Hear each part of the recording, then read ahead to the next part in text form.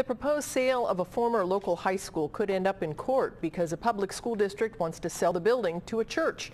A Washington-based legal group says the Monroe Board of Education's plan to sell the former Lemon Monroe building violates the constitutional separation of church and state. Local 12's Larry Davis joins us now live from Butler County with the debate. Hi, Larry.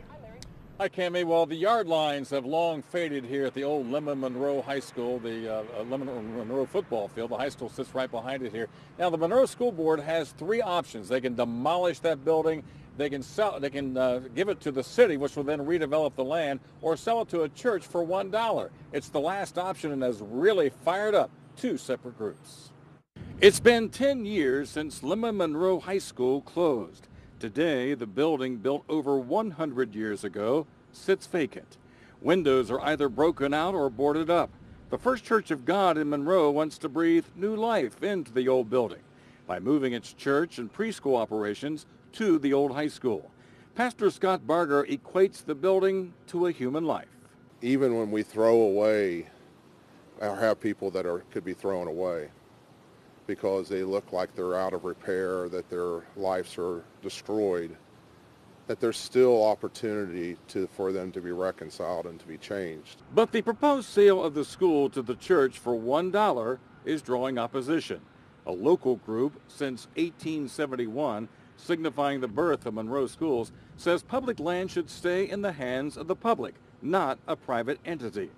The legal arm of the American Humanistic Association takes it a step further.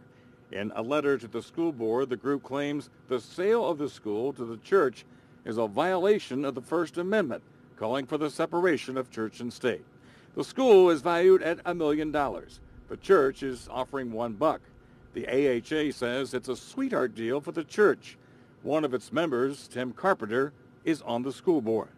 The group says selling the school to the church advances the Christian faith and is threatening legal action. Meanwhile, church officials wait to see if they can move forward with plans to resurrect the old school. I do believe it's a healthy conversation to have others discuss this and to go through this, but I don't have a reaction to what they are talking about. It can't be. The school board will meet in executive session tomorrow night with its attorney to discuss what to do next. Now, the school board is set to vote on what to do with this property at its meeting next week. Live in Monroe, Larry Davis, Local 12 News. Cammie, back to you. You said it's about 100 years old, Larry, is that right? Right, I think it was built in 1912, so that would make it 102. Okay, and it looks like from the video that it needs a lot of repair. Have they talked about a dollar figure that what it might cost?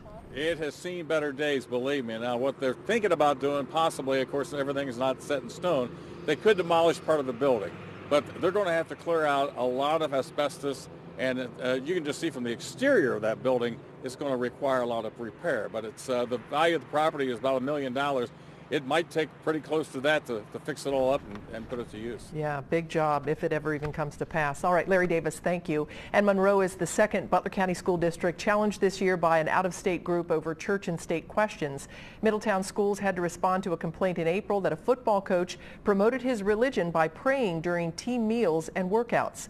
The district ordered the coach to stop.